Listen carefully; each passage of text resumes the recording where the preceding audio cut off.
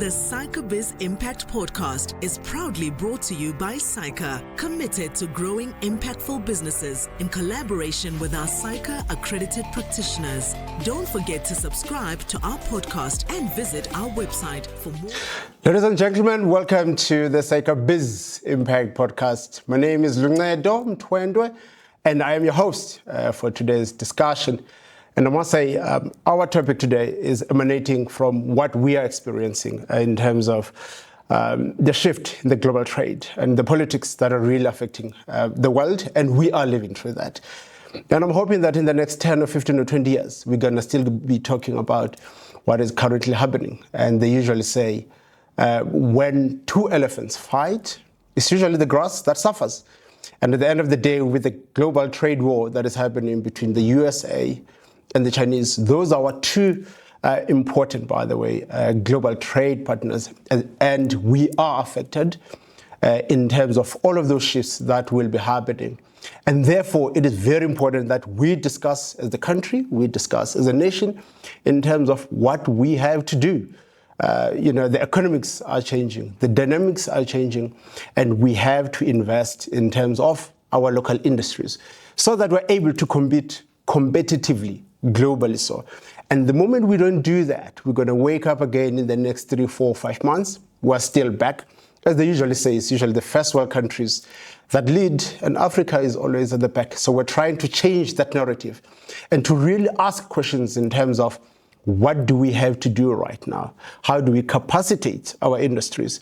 And at the heart of that question, the question is our funding landscape ready to really assist the SMEs to ensure that we're able to export our goods?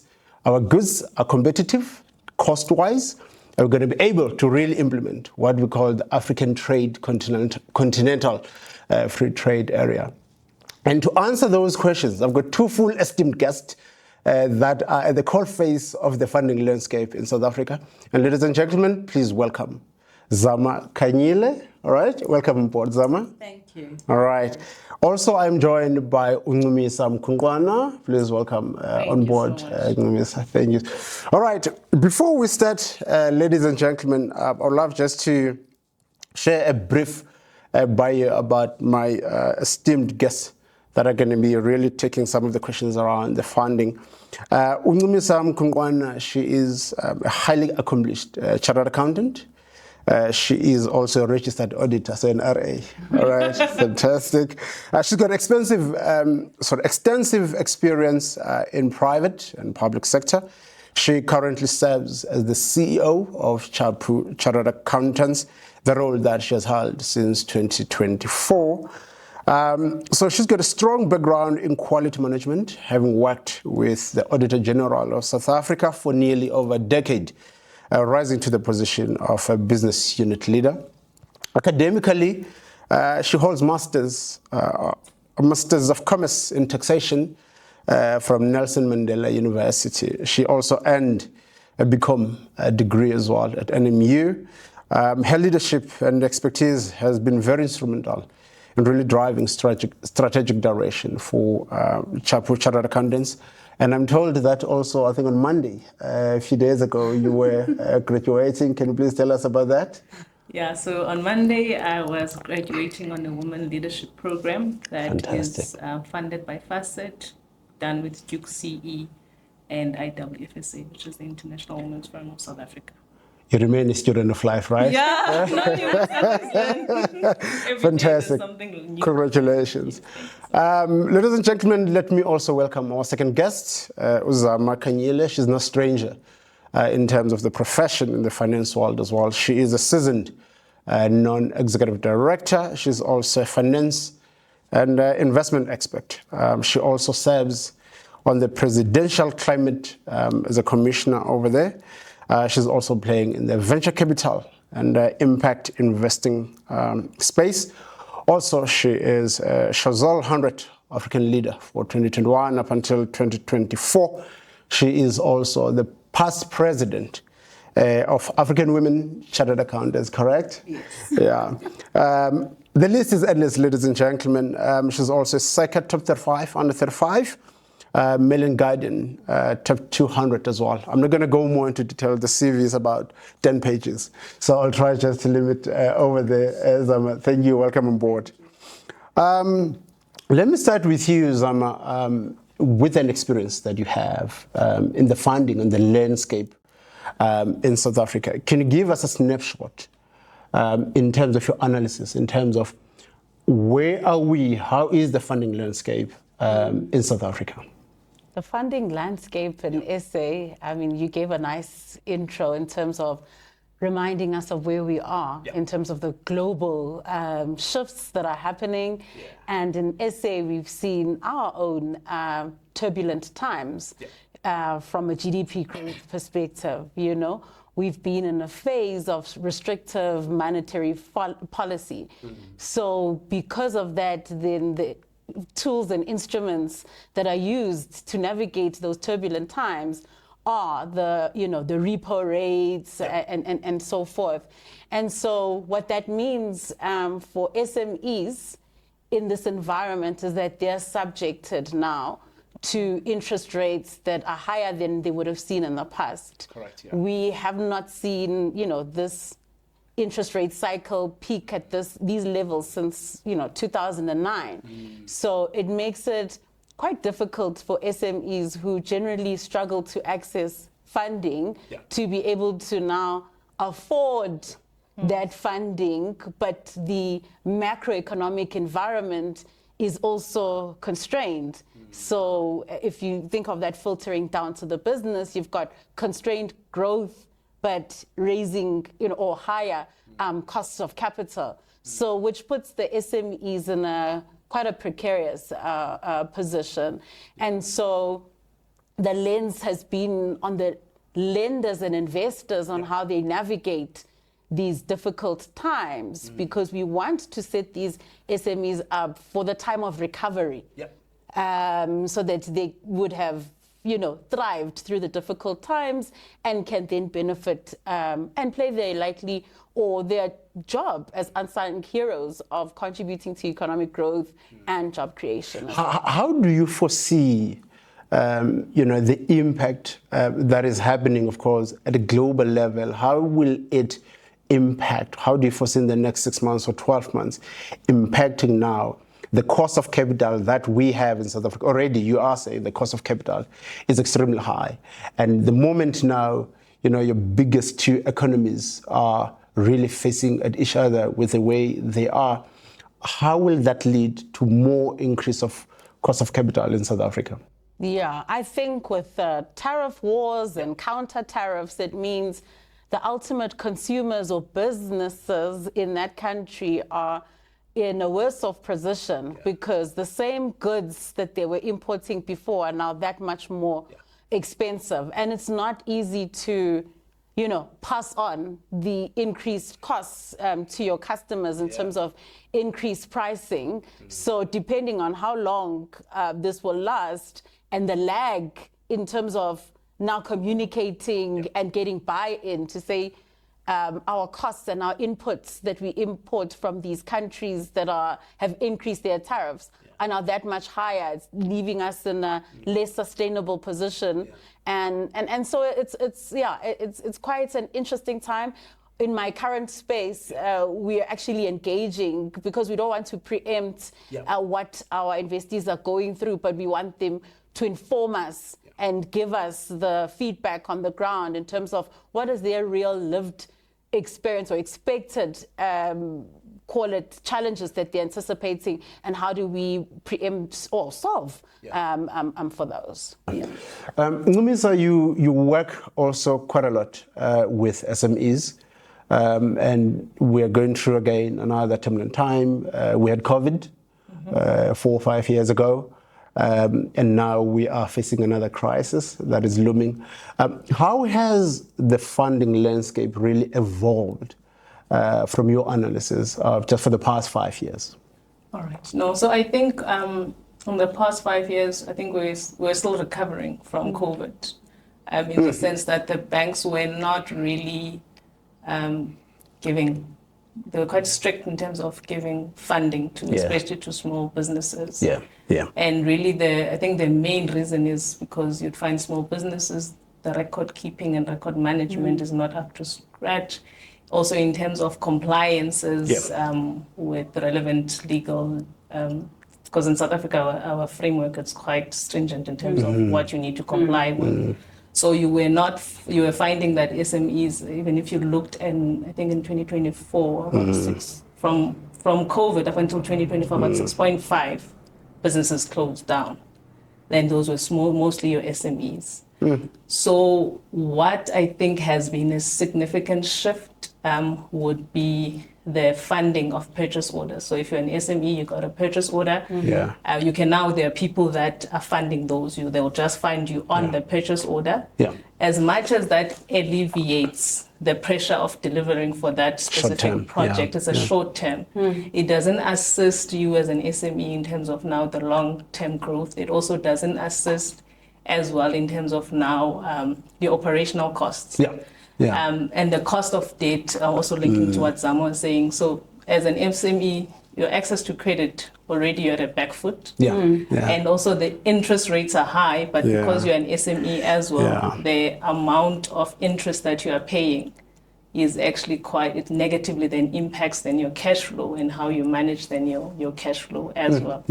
Which then you're unable then to grow as the SME. You're unable then to have that impact that you wanted to have to create jobs, and really improve the overall economy. So from a business advisory point of view, and with what you're saying that, look, SMEs are going through a lot, all right? How do you structure, how do you create a business as an SME owner? How do you create a business that is well structured, that is funder ready, or investor ready? How do you do that? So I think the main thing you would find is that we only start thinking about what are the requirements for funding. When you need funding, it's like, okay, now I need money, what do I need? But the important thing is to prepare yourself. So as you are starting your business, how you are spending. So financial discipline is quite important because... That's not easy though. It's not, definitely it's not easy because that's what the bank will look at. So they will look at how are you spending your money. So when you get money, is it the following day buying a Porsche have arrived and now you're actually not investing it in the business. So they look at your financial discipline. And they also, so it's important to have records. So account keeping, it's quite important. How are you spending? What are your expenses? Where is your cash coming from? How are you spending your cash? So having that cash flow management and really being disciplined with the money that you have. And also another mistake that we normally make as SMEs is that in your initial stages, you want to go for debt immediately. So don't go for debt immediately. There are certain things that you can either fund yourself or maybe use alternative funding then to assist you. So it's also important to collaborate. So there could be things that in my space that I can get another SME and we can work together. So the financial contribution then is not only coming from me, it's coming from the two of us, and that also reduces then the pressure on me financially. So the way we did it at our firm is in the first 2 years, we actually didn't get any debt. We really worked on the money that we had and we managed that money. And the bank then could see, because obviously you don't have now audited financial statements, but they could see that actually looking into your bank account and your bank balance, it's quite favorable. And so it really goes back to financial discipline. I think that's the main thing, record keeping. And also be compliant. So one thing that also we lose money is as SMEs, that if not compliant, tax is quite complicated. And if you are not now complying with the tax laws, then you get charged with penalties for actually not doing anything. I would like to really come in there and engage you. Because, look, there's an element of regulation that is quite high for SMEs. All right, and therefore it does deter for SMEs to grow. And I'll come to you there, in a sense that in Africa, we are not seeing private equity firms really investing on the African startups, or South African startups. But if you look at other countries, you find that you have unicorns within the first, and entities less than 3 years old already. It's a unicorn. You go to India, the number of small businesses that are listing, creating billionaires. Why are private equity firms not really pumping in the money in Africa, considering that Africa is that continent that is like, okay, that's the future, but we're not seeing really the money flowing in directly to the SMEs in South Africa, even in Africa in general? Yeah, I think, when one looks at the early stage space or the venture capital space, there really is a lack of funding. And so the issue really is there's a gap between research and development or ideation, and then the money to actually test the viability of the concept or the product in real life. That's the real lack.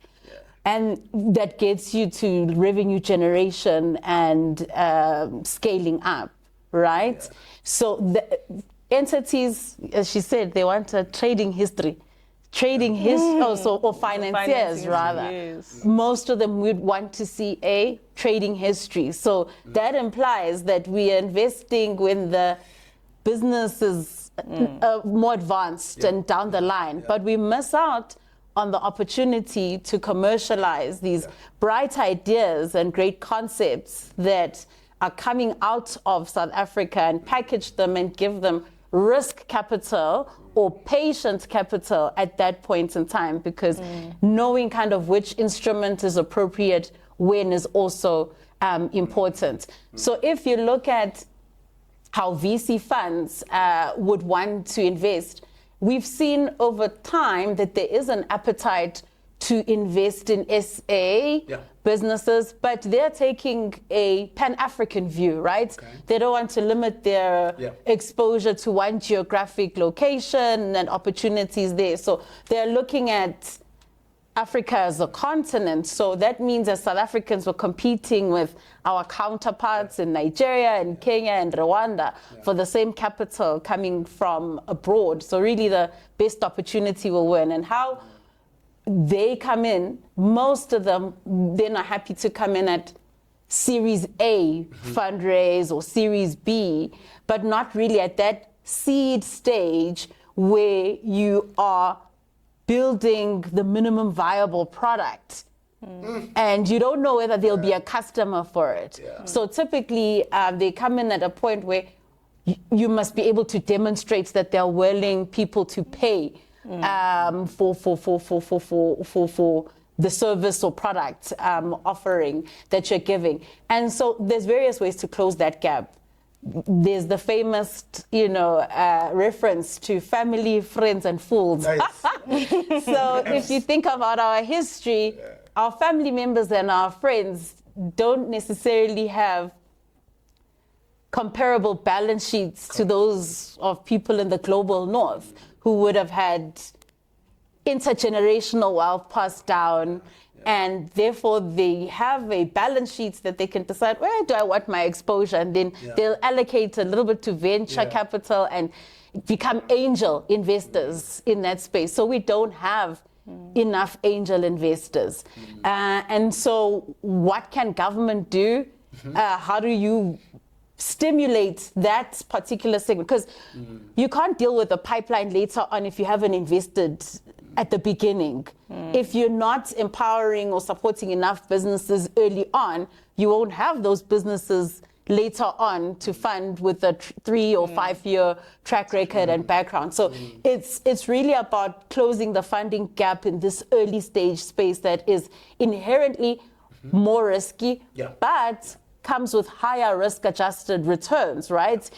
Given the stage that you play in. So there are shifts, and we're starting to see the ecosystem growing in SA, but it has not reached full potential in terms of crowding in the right amount of capital to unlock that stage. Good question, and I want both of you to take that, to say, how do we build more inclusive and funding ecosystem in South Africa that is friendly towards to businesses that are less than 5 years old, for instance, that don't have that history that you are talking about? How do we do that? You can take, okay. I'll start on that one. Yeah. So I think it's important, firstly to understand our South African economy. Absolutely. And how, like the challenges that we are facing as SMEs. Yeah. And also to Zama's point that your normal SME that's starting up doesn't have money. There's no friend that they can say, hey, I need $1 million, can you invest? 3S, right? No, there's not 3S. Yeah. So I think our finances need to be really, how can I put it? But they really need to know that fact that in terms of the industry and the economy that we are working in, the SMEs are quite critical and they need the support. And also now in terms of, there is grant funding that government would give for the suppliers, but it's not. Is it still there? It's not that effective because there's a lot of also regulations that you need. You need to show history of which, as you're starting out, there's no history. Yeah. So I think we need to go back and assess this history. Really look at, if you look in the future, is this business, does it have potential of being sustainable? Yeah. And really investing on the potential and not what the business is showing now. I like that. And you find now that it's only now when they see, no, the business is sustainable, that they now want to give you funding. Yeah. And also, I think as SMEs, as well as I've said, we just also need to be mindful of how we spend our money even before we start businesses, because they'll also look at your credit record and say, but hey, you were reckless there. So in varsity, I had my credit record. I never paid that account, my clothing account, for instance, right? Yeah, so those things, as small as they might be, they catch up with you when you actually want the funding for your business. So that's also quite important, that our posture as well as entrepreneurs that want that funding. Because the investors or the financiers will look at the business and look at you, how you conduct your personal affairs. Yeah. Because if things go bad in the business, what's your likely reaction in terms of, responding to those financial pressures? But I do want to underscore what you said around how you went about starting your business. And I think if really more entrepreneurs or founders could take that approach, we'd be that much farther. Because people think starting a business is applying for funding. It's not. It's solving. Funding follows after. Exactly. To scale you up. And you must be the first investor in your business, whatever that is. Time, money, whatever resources you throw in, so that you've got something to show at the end of the day. Yeah. And yes, we've got grants, but grants alone are not the answer. They're a nice building block towards transitioning. So if we really want a thriving economy, the grants should be unlocking or providing a buffer of comfort that acts as like first loss, so that the banks can come in and say, okay, we're happy, we've done our risk assessment, and with this layer of risk capital coming in, we're happy to support this system, because we believe that these are the sectors that are going to bring the next wave of growth for SA and have global relevance and can scale. So to make funding more inclusive, I think, is around intention.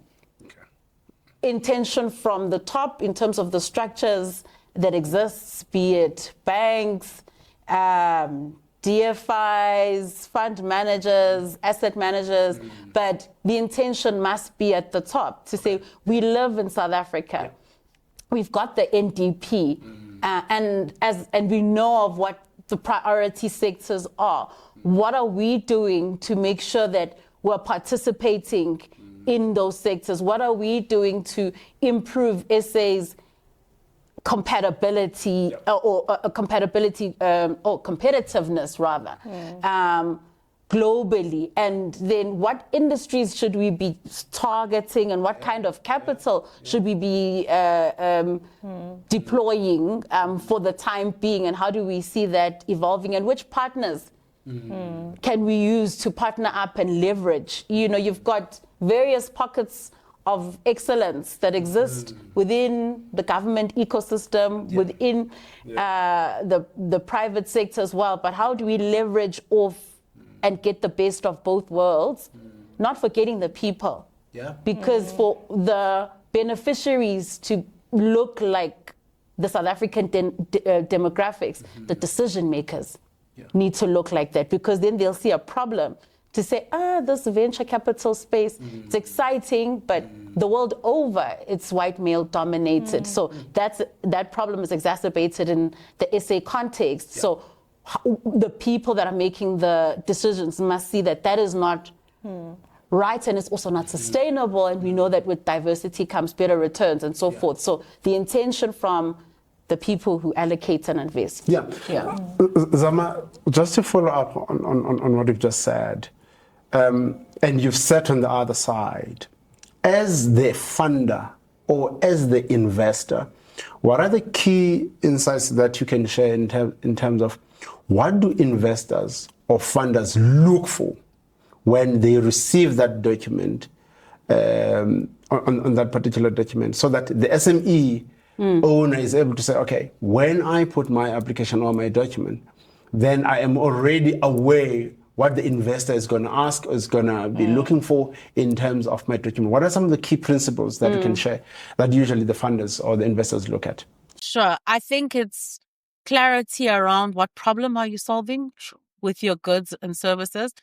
And in the space of tech and innovation now, how am I preempting tomorrow's problems? I can solve for today's problems, but how am I preempting tomorrow's problems, or what, problems of 5 years from now could look like? And how am I readying myself for that business opportunity now, and building some sort of agility in my business model, innovation and tech being a strong overlay.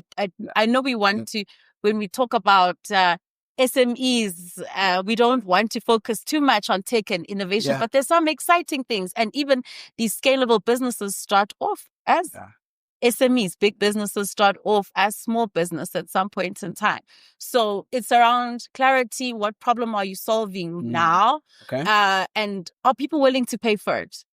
Who's willing to pay for it? How much are they willing to pay for it? So that competitive positioning, because that makes us comfortable that revenue will flow, profits will be generated, therefore dividends will be earned. I can buy shares in your company. Show the market that there's a market. Exactly. There's a market for it. And then as a financier, whether I'm going to put debt or equity or something in between, I can see and believe your story, because what we'll do is a due diligence. But before we do that, there must be indicators that this revenue is achievable.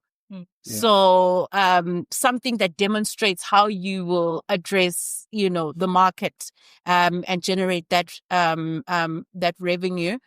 The other thing that perhaps people or entrepreneurs take lightly is doing a little bit of research of who you're going to speak to. What's important to them? Because aligning my funding goal to there are certain people you can ask for grant funding from. There are some you mustn't. So doing that upfront homework and figuring out in the funding ecosystem that these are the potential best partners for me. Not you hear there's money available and you're there, but it's a dead player and you're asking for equity. So know who's on the other side and what matters to them. So what financial returns are they chasing? And now with sustainable investing, it's also around impact. So how does your business drive broader impact? And if you don't know how to tell that story globally, look at the Sustainable Development Goals and see what some of those problems that you're solving, and then your impact statement. That's important. And are you diverse, equitable, and inclusive in your practices? So these are things that terms that are catchphrases. And yes, they are easier to navigate for larger entities, but they can filter down to an SME space where you're quite clear about your ESG approach, your environmentally friendly practices, your sustainable practices, your social impact and awareness in terms of how, your stakeholders, and your governance structures, which speaks to the compliance and having your house in order. So I don't think we should separate these terms. It should be about agility, tech and innovation. How are you using that? The way things are changing, and how is that your competitive advantage? Yeah. What's your ESG positioning? Sure. What's your diversity, equity, and inclusion statement? Yeah. Because we want to see that. We want financial returns, but we want to tell a good story about you're hiring people with disabilities or youth from a certain area, and there's shared participation that is enables that, participation. So we've seen the policy direction from USA to say we are not following DEI anymore, all right? And we've seen certain global entities saying as well, okay, if the president and the policy of this country says we're no longer prioritizing DEI, so as well as an entity now, we're no longer going to be focusing on DEI. So the question, therefore, same thing around ESG as well. Do these really phrases or principles or agendas really matter when it comes to funding at a deal phase where I'm presenting, or else the funders, all they care about is, I need my return. As you have said at the beginning, do the numbers make sense, right? Am I going to get my money back? Because you can find that I'm pushing that on my presentation, but no one, will even ask about it when it goes to the credit committee and all of that. What's your take? Okay. And yes, there could be reactions to shocks in the market, but globally, there is a move towards sustainability. There is a move towards ESG. And the allocators of capital, even outside of the USA, comply with principles of responsible investing. So you as an investor or a lender, the people who are investing in you to deploy that capital, they care about those things still. It has not been wiped out of the mandates. And so if you look at money emanating from SA, given where we are, that is even more pronounced in terms of even having specific transformation targets that must be met at a board level, at an ownership level, and management and staff level, and so forth. So in the short to medium term, I do not see that shifting, because there are things that have long been embedded around sustainable investing and impact investing, because of the exponential returns it gives outside of just financial returns. Okay. Ncumisa, the future is digital, all right? I just spoke about SMEs, that they have to be innovative, right? And I'm not sure if here in South Africa we are participating enough, for instance, with artificial intelligence, right? We're participating enough in terms of cloud services, digital marketing, cybersecurity. Are our South African SMEs or businesses innovative enough to be able to really respond to the future that she is talking about? Okay. Yeah. So in terms of the future, so I think everyone knows the technologies is definitely the future. Absolutely. As South African SMEs, I think we somehow we always start at the back foot. Even and that's what I don't want. Yes, even with technologies, we've adopted, but we're still very behind. In terms of where we should be. If you look at our counterparts, they're more advanced than where we are currently. So I'll give you an example in an audit space. So in audit now, you've got the software, and everyone has a software. But now you need it to be able to do cybersecurity audits.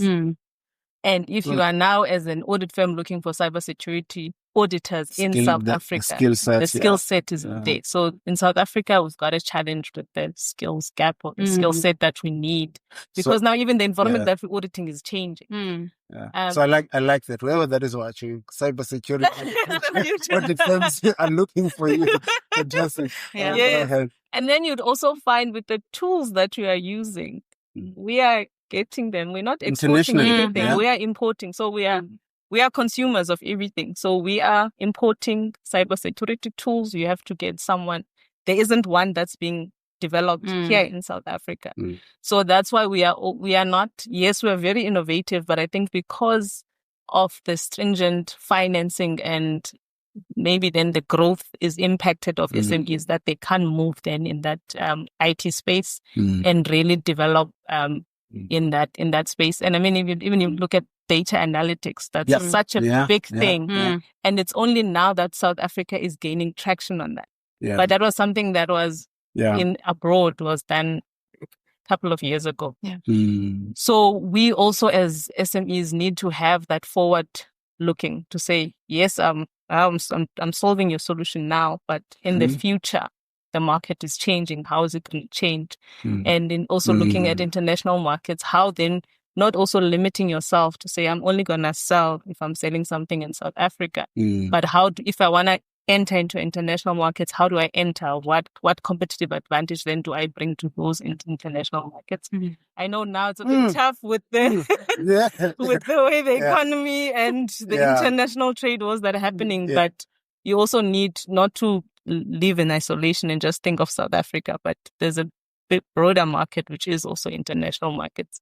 How do you access that? Because in my intro also, I spoke about the African Continental Free Trade Agreement that is supposed to really open that single market and create that market for goods and services in South Africa for us to be able to trade with our African counterparts. However, what most of the SMEs will tell you is that the cost or the infrastructure, therefore, to move these goods from South Africa to Kenya or from South Africa to Zambia is extremely high.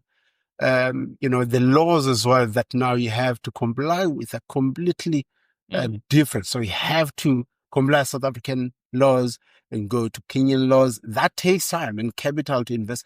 How do you really create that to be easier for us to trade? Because I'm worried the world is changing right now. All countries are turning inward and trying to really create or invest on their industries to be competitive as much as we can, whereas it's still difficult for us to even move from our goods to Zimbabwe. How do we create that platform or that process where it becomes easier for SMEs to really trade?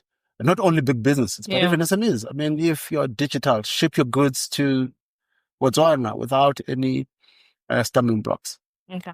So I'll give maybe an example in my field. So we've got a client in Rwanda. And the way that we actually got that client was through networking in South Africa. So as SMEs, there are opportunities in terms of when you network and you actually use your network. So it was a lady that was in South Africa that then was then moved to Rwanda, that specific client. So the value of your network also does then give you opportunities, because we're able to network and identify, okay, this is where the market is and this is how we can get involved. Also collaborating. So I'm also quite big on collaborating, because you'll find if you collaborate, especially with the bigger entities that are already, so learning from them. So, you don't have the skill as yet. You want to learn in terms of how are they getting through the challenges with accessing that market in the international market. So we've done a lot of collaboration to actually get markets that are brilliant in South Africa. So that's also quite key. Okay. Yes. Yeah. Zama, she's talking about networks, right? The power of relationships and the power of networks. You sit on the other side. Can you tell us the importance thereof? About the importance of relationship now in terms of the funding landscape. What role do they play in relation to? I think collaboration is important. The African saying goes, you want to get there fast, go alone. If you want to go far, go with others. So in my history of being a financier, we've seen synergies really evolve from people coming together, bringing together different skill sets from different races and different genders, because it broadens the access to markets. access to markets is largely relational. So if it's just you relying on your own business relationships and your reach, you will not have the same revenue generating ability as, 4 co-founders coming together from different regions who look different from you, therefore have access to business owners that look like them. And so you are able to leverage off different people's stakeholder bases coming together from access to markets perspective. So I think it's quite powerful, and it also talks to having a team that is diverse in terms of skills and knowledge and experience. So opportunities will be looked at with much greater scrutiny from different eyes. You've got the one who's focused on the numbers, the one who's focused on operational efficiency, the one who's strong with people management, and so all those things, and the one who's a marketing whiz, or the tech person who's like, no, I think we can optimize our processes in this way. So collaboration definitely breeds a better output or a better product because of the different minds and skill sets involved in delivering that product or service. So for us, we worry about that if it's a one-man show. There's strong concentration risk. Can you reasonably do everything yourself? The answer is no. And you are probably then working too much in the business than working on the business and positioning it for growth and scale, right? Yeah. So we've had a number of people talking about that. We've had a number of people saying, I got the funding as a result of the relationships that I have, for instance, with my bank or with my banker.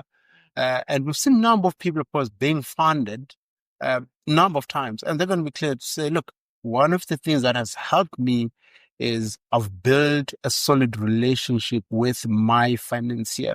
So talk to me about the importance of that. Is it true, or is something that, no, it's not about relationships, but it's about the numbers? So, I mean, it depends what the go-to-market strategy is of the investor and how they go about their business development. But funding is relational. You're backing a jockey. Yes. The business exists, but you're backing the jockey or the jockeys and the rainmakers. You believe that they can execute on the strategy, and you also believe that they can navigate difficulties. So it's important to understand them and get to know them. So yeah, I think from that perspective, it's important to build those relationships. Fantastic. In my space, we just get to know people. We may not be able to engage now, but let's have a long courtship before we decide to get into a funding arrangement. Our mandate may not be aligning with you, but we think in the future it could. So let's keep you on our radar, regular, updates quarterly or a Teams meeting or whatever it is to just keep us in the loop as to where you are with the business. So we have a very high rate of rejection in terms of funding. So many SMEs will tell, I've been rejected 10 times looking for funding. Is it because we've got strict lending criteria in South Africa? What are some of the main reasons that most businesses get rejected for that you've picked up? Okay, so I think one of the main reasons is the strict lending criteria. So in terms of especially if you go to your traditional banks, they're looking at your financial performance as well. Another thing is that as SMEs, we're sometimes not that organized with our house is not really into order.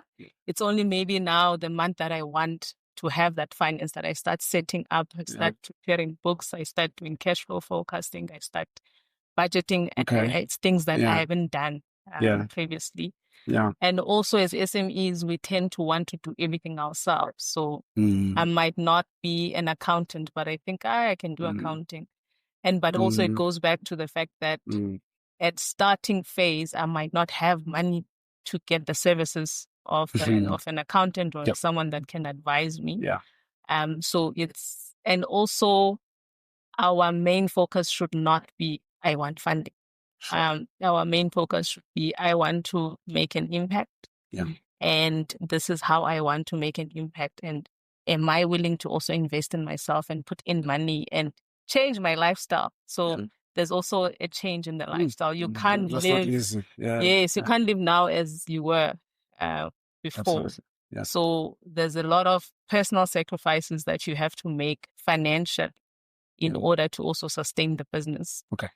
So I think the financial record keeping, and also that thing of you only going to the bank, which is linking to the relationships. You only go to the bank when you need money. Yeah. But it's just the relationship where you're just coming to get. So it's important to have that constructive relationship. Zama, she's saying I must not just want money, but we strive for impact and the money will follow. Now I want money, by the way. So let's talk about the sources of finance. Earlier on, she spoke about banks, right? And you touched about, angel investors, private equity firms, and venture capital. Can you just share that landscape in terms of if you're a business and you want funding? Yes, the first step is traditional. However, this is how private equity works. This is how angel investor. Can you just give us that narrative between your private equity, your venture capital firms, how they operate? Sure. So private equity is equity investments into unlisted business. So from private capital. And linking to the point that I made earlier, you need to know what their investment strategy is and how they go about seeking opportunities. Do they have a geographic focus? Do I fall within that geographic focus? Do they have a sector focus? Do I fall within that? Can I deliver the relevant returns? But what is private equity? Private equity investors will put in equity typically in an unlisted business, but typically a business that is in its mature or growth phase.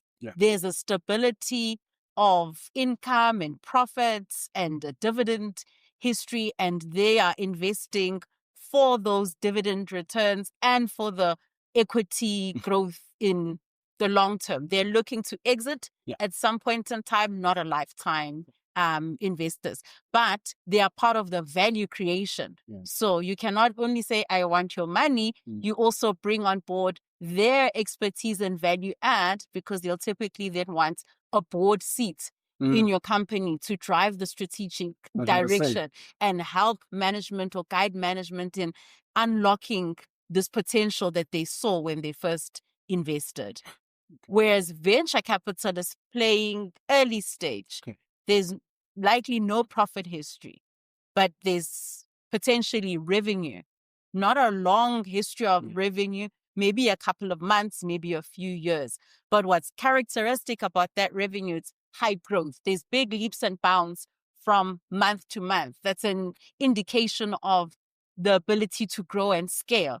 And so there's more risk than taken, but it's more cheaper to get into the VC space. But there's a lack of capital currently because of the perceived riskiness of it without understanding the potential upside as well.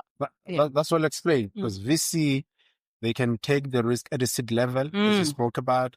Then private equity, they want proper numbers. They want to have a direction in terms of how you run. How big is the VC space in South Africa? Because at the end of the day, right now, I know that one business owner that is watching is like, okay, traditionally, I haven't been getting funding, so now I know where to go. So I need to look for VCs now. How big is that sector in South Africa?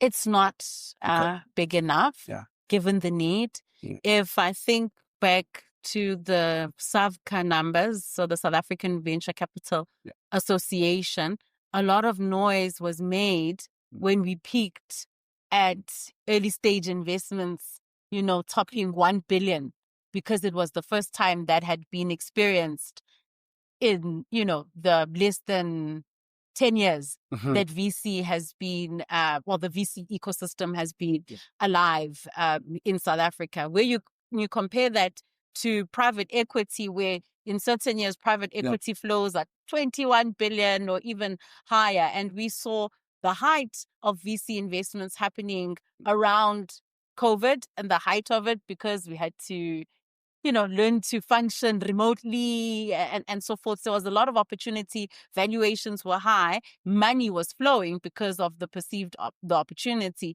But we've seen that kind of tapering down, but not dipping to levels, pre-COVID levels. So we're seeing a stabilization. And what we're also seeing is asset managers and pension funds allocating and recognizing VC as an asset class along the traditional asset classes. It might be a small allocation compared to where the rest of their monies go. But if you think of the check sizes involved, at that early stage, it goes a long way. I'm going to start a VC firm soon. I like what you just said. I said opportunity right there. You're seeing an opportunity for opportunity right there. Yeah. Proper SME. Ncumisa, tell me. Yes. What are the trends that you are picking up that are emanating in terms of the funding landscape in South Africa? What are the key trends that you're picking up? Okay, so I think the key trends in South Africa that we are picking up. So you're seeing a lot, especially in the franchise space, where people come together and they use like a stokvel and they build a fund to get that franchise. Sure. Because not everyone has the money on their own.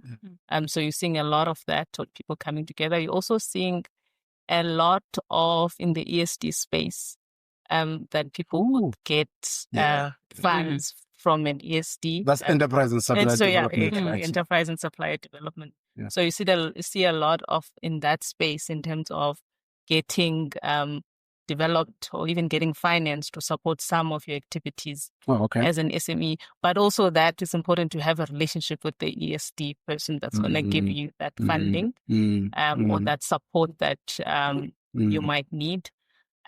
We are also seeing that, especially in the small audit firm space, that in the collaboration you would bring along certain people that are also still upcoming, and really you're working together to ensure when you're tendering, you come together as one, as JVs and so forth, just to build the experience and also to build the cash flow in the different businesses as well. But it's important in those instances to ensure that in terms of values, you are aligned with that person, and in terms of the working relationship with someone that you can really trust, that will deliver the quality that you are also going to deliver. Because now, if you are coming together with someone for a specific project, it's also carrying your name with that specific person. What I'm picking up is not only just about you. There's a lot of collaboration that you're talking about. It's from crowdfunding as well. It's something that way we just meet up, create something at the end of the day. Zama, in terms of green financing, is it something that you're picking up that is also the next big thing? You spoke about heavily as well around impact investing as well.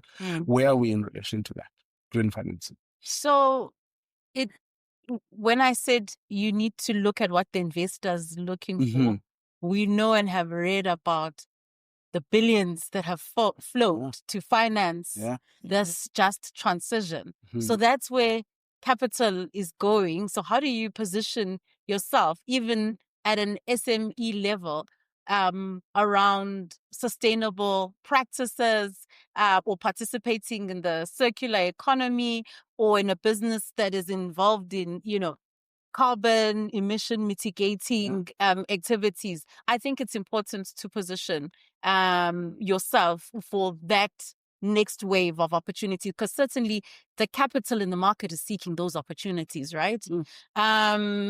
So best you prepare yourself for that. I mean, we've seen a big wave and activity around solar or rooftop solar, informed by our non-reliable electricity supply. And so a lot has happened around that, even from a government perspective, around incentivizing businesses to invest in solar. So the money is flowing, but where is it going? There's a portion that's going to the installers that are SA based, but we're getting the equipment from elsewhere. Yeah. So there's a lot of, importing involved in there. And so how do we build competitive components locally? There's a replacement cycle to these batteries and these solar panels. So we may have missed the opportunity perhaps at the height of load shedding and that boom in solar, but have businesses position themselves to be for local procurement now in the replacement cycle. Yeah. And also just to what she was talking about, the incentives that government has. So also from a tax perspective, there's a lot of incentives that you would get as a business. So, but now as an SME, most of the time you don't know those incentives. There's a lot of rebates that you could get, but if you don't know, so if financial literacy is also quite important. So if you don't know what is out there, I think sometimes you're like, oh, SARS just wants to take my money. But the income tax act really gives a lot of rebates that can actually help you in managing that income tax liability that you need to pay to SARS as well. So she's directly talking to accountants. They need to plan their own advice to clients. They need to advise them properly. As well. Maybe it's just in closing, Ncumisa, what should funders do differently to support the South African funding landscape? We know that all SMEs are complaining. Right? What should we do differently? So I think what the funders need to do differently is to understand Ncumisa as the SME that's coming and not use a blanket approach to say, this is for SMEs, this is the requirements. So really get to understand the business, understand what is it that I'm requiring and looking at me. So I think they tend not to really look at you on a case-by-case basis. They really tend to look at you using a blanket approach and really understand your needs as well. And also their own commitment as well. So if they can see that you are committed, they must also support that commitment and also take into account that SMEs, they contribute so much in terms of job opportunities. And we've got a lot of unemployment in the country. So we really need to then support SMEs to ensure that they're able then to play their part in contributing to alleviating unemployment in South Africa. And that time is now, right? And understanding the social fabric of this country and the transformation agenda. Before I let you go, then one last part. What would be your key advice that you'd share to a first-time entrepreneur who's looking to raise funding?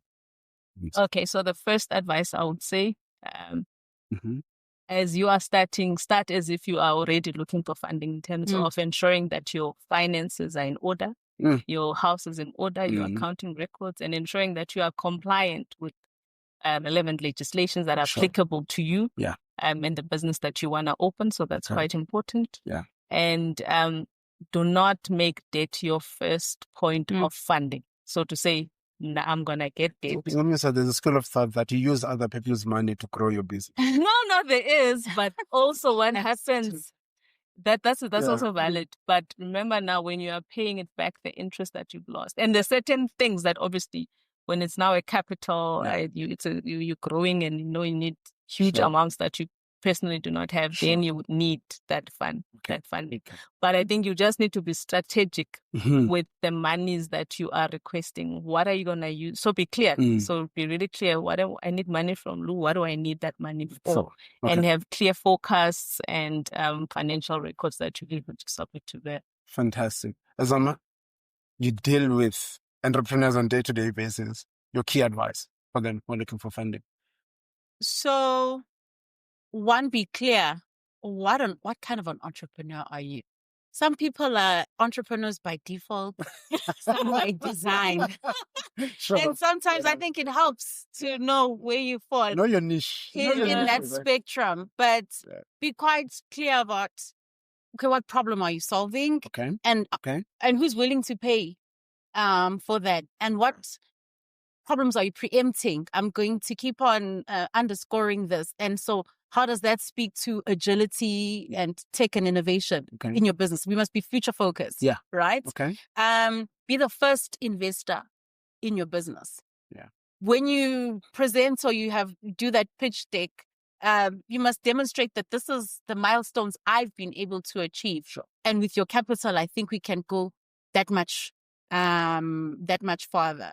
Okay. Be mindful that lenders now or investors are looking for both financial and non-financial returns, right? Yeah. And, you spoke about information asymmetry and people not knowing where to go. And I think information is power because there's so many support structures, be it funding, non-financial support that are available out there. So plug into them and demonstrate how you're leveraging that in your business. But ultimately, cash is king. So we can talk nice numbers about potential. People say, oh, we're in the data economy. Data is the new oil we're gathering. But monetize it. How does that translate to profit, a bottom line? And how does that translate to cash? Because some investors are looking for that and not just, I guess, advancing from one stage to the other and prolonging that profitability stage as well. And that's how the real work is at. How you monetize, how you monetize the data that you have, how you monetize the influence that you have. Ladies, it's been fantastic to really host you, and I hope that most of the SME owners that are listening have gotten very good nuggets. How do they get hold of you, Ncumisa, if there's any information or they want to follow up in terms of the points you've mentioned? Okay, so thank you so much. It was quite insightful to be here. You can follow us we're on LinkedIn, also on chapu.co.za. Okay. Or info@chapu.co.za. All right, fantastic. Zama, how do we get hold of you? I'm on LinkedIn, Zama Khanyile CA. Sure. I am also on Instagram, not overly active, but you can reach out. Is it private or public? It's open. Oh, It's open. Zama Khanyile _CA _SA. Yeah. No, fantastic. Ladies, it's been good. Thank you so much for gracing us in the SAICA Biz Impact. By the way, it was our first, I think, where we are hosting a panel discussing different topics. So we really had a good time, and I hope that you have gotten very good nuggets, and I hope that you will implement. The most important thing is all about implementing all of these topics or, the insights that has been shared across. Please follow us on YouTube. Please follow us on LinkedIn. Please follow us on SAICA website as well. We're also on Spotify. So please share this platform as much as you can. We'd really appreciate it. We'll see you in the next one.